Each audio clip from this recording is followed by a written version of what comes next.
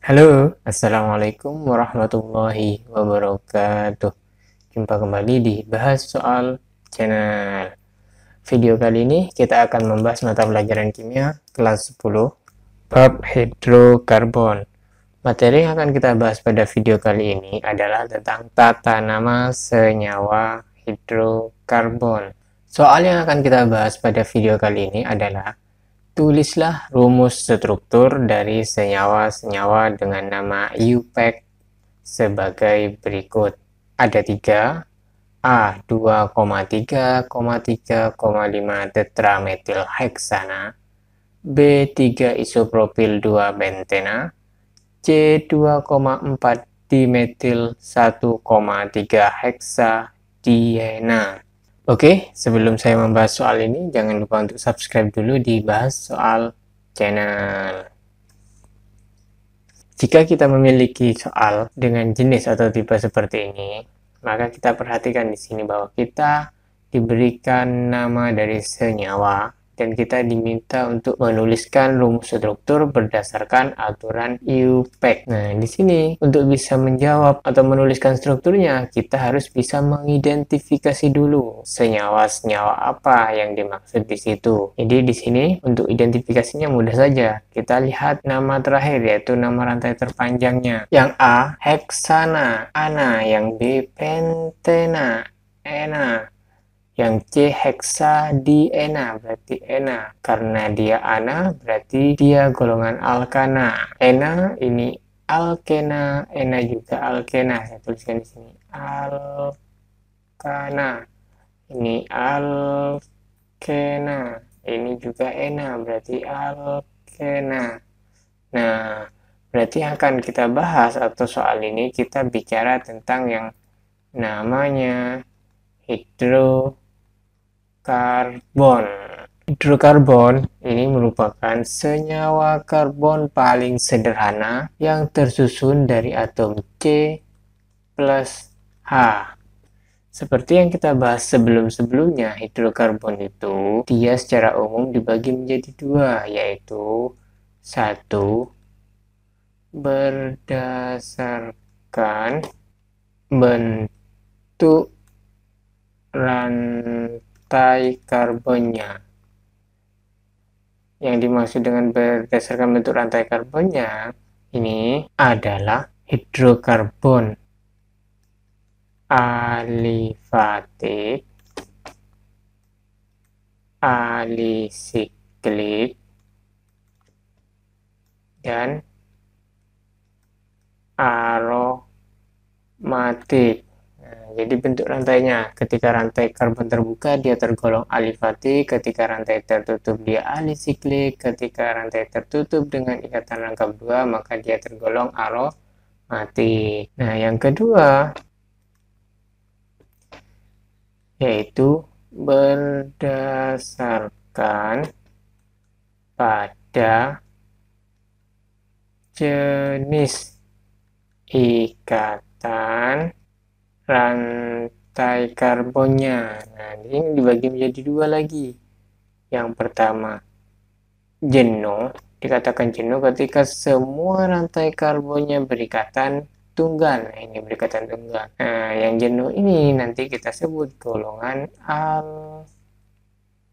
alkana. Yang kedua, ada jenuh berarti ada tak jenuh. Nah, dikatakan tak jenuh, ini tak jenuh ini dibagi menjadi dua. Tak jenuh yang pertama ketika atom C-nya berikatan rangkap 2 atau dalam rantai karbonnya terdapat ikatan rangkap 2. Nah, ini yang tergolong sebagai alkena. Dan tak jenuh yang kedua yaitu ketika dalam rantai karbonnya terdapat ikatan C rangkap 3. Nah, ini yang tergolong alkuna. Nah, di soal kita dapat alkana, alkena, alkena. Berarti ini. Soal ini adalah golongan ini. Nanti di dalam rantai karbonnya terdapat ikatan tunggal dan terdapat ikatan rangkap 2 untuk golongan alkena. Nah, gimana cara menyelesaikannya? Cara menyelesaikannya yaitu kita ingat lagi, yaitu aturan tata nama sesuai UPEC.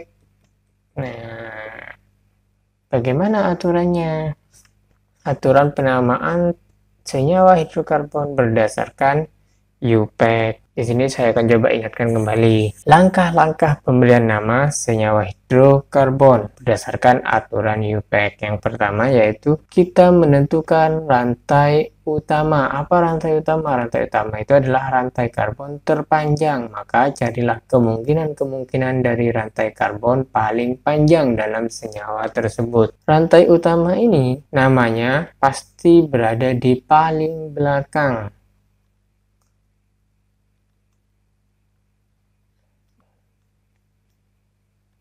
Jadi nama rantai utama ini pasti berada di paling belakang letaknya. Nah, setelah kita menemukan rantai utama atau rantai terpanjangnya, maka yang kedua kita memberikan nomor. Penomoran dimulai dari ujung yang terdekat dengan alkil atau cabang. Jadi misalkan di sini saya berikan contoh lagi, ujung kiri, ujung kanan.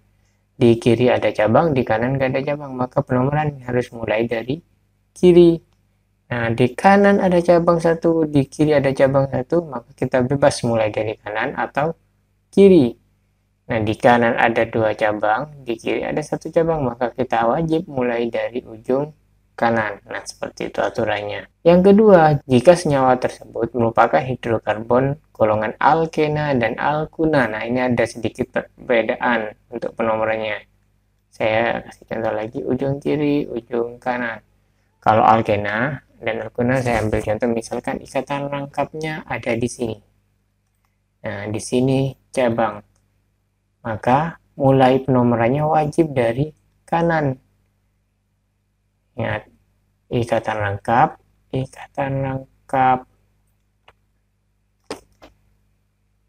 wajib memiliki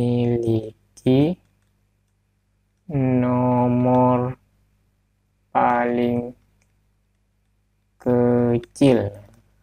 Itu aturannya. Jadi walaupun di kiri ada alkil 1 atau 2, nah tapi yang ikatan rangkapnya ada di kanan, maka wajib mulai dari kanan.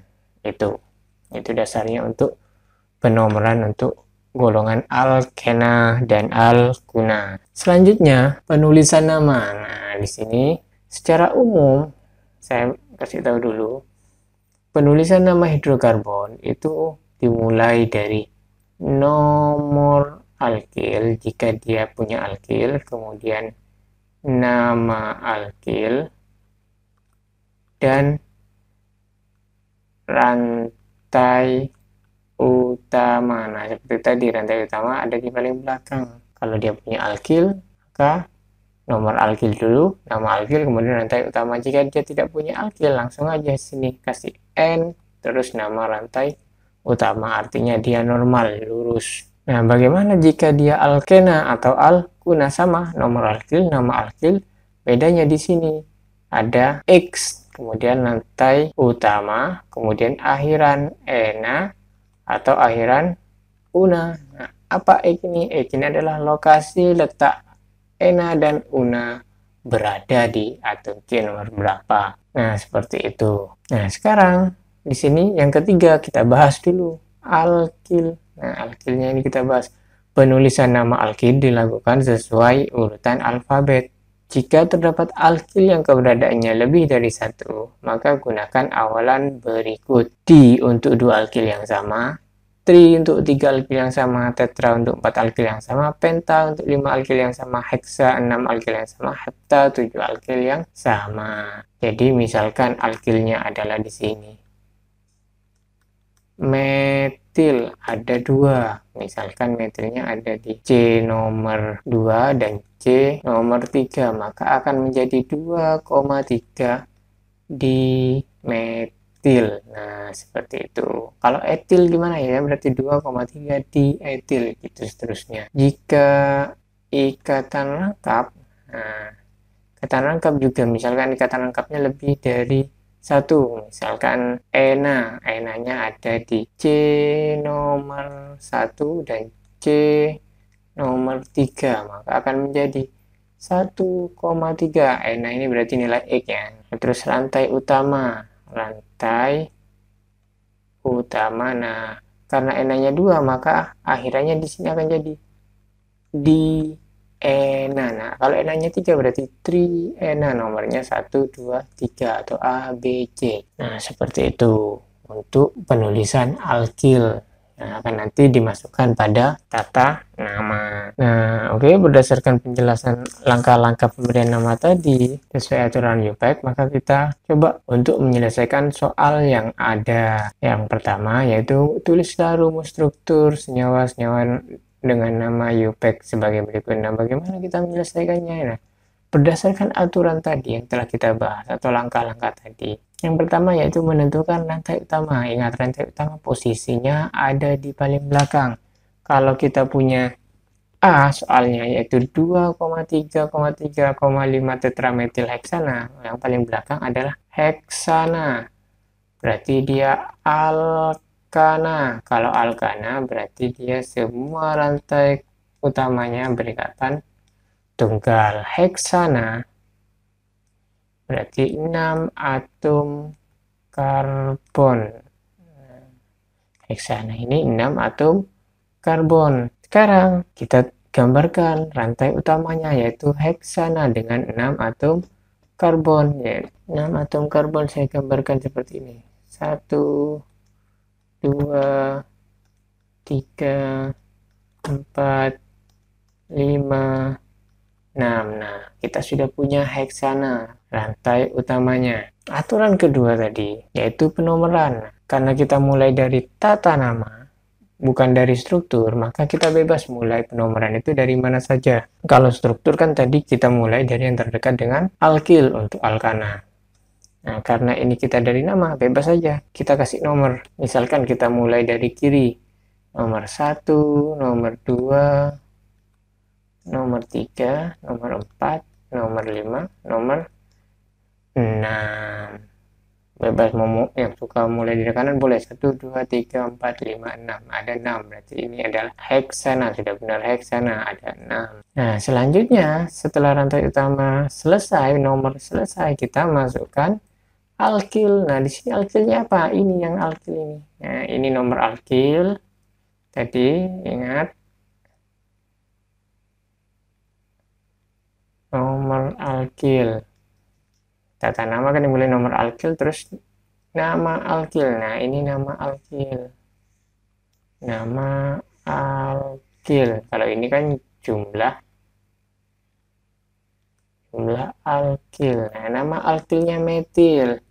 Berarti di sini kita punya metil. Metil ini berasal dari kata metana. Metana ini C-nya 1, yaitu CH4. Kalau dia jadi alkil, ini CH4 hanya kurang 1, berarti jadi CH3.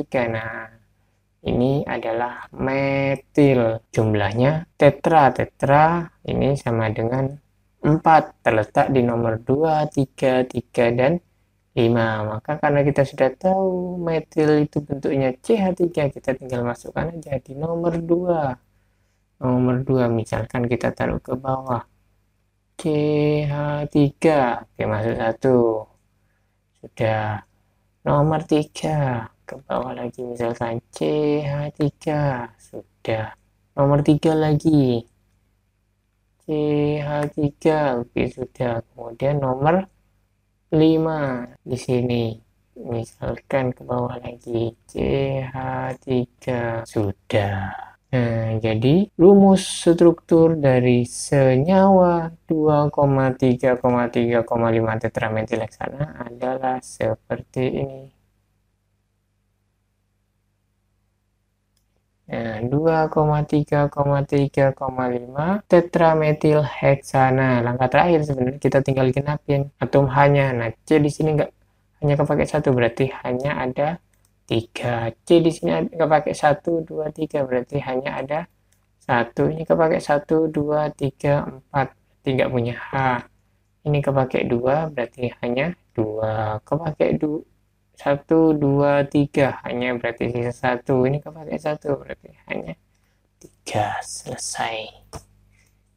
Itu adalah rumus strukturnya untuk yang A. Nah, sama seperti penyelesaian yang A tadi, maka kita kerjakan yang B dengan langkah yang sama. Rantai utamanya terletak di paling akhir, yaitu pentena. Nah, akhirannya ena, berarti dia golongan alkena, akhirannya ena.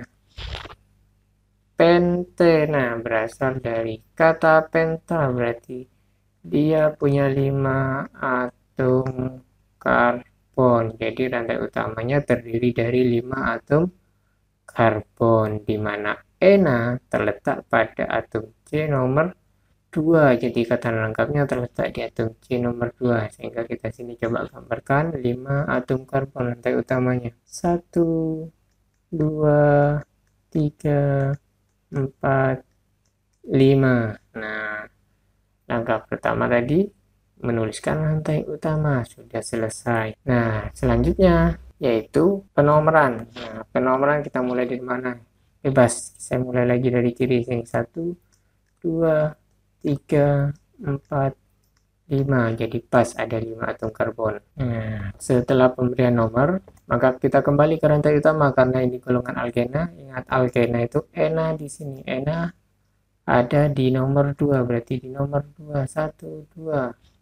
Di sini ada ena, yaitu enanya berupa ikatan rangkap 2. Nah, ini namanya 2 ena. Jadi selesai, sudah kita menyelesaikan rantai utama. Sekarang ke alkil. Alkilnya ada di nomor 3. Nah, ini letaknya. Nomor alkil.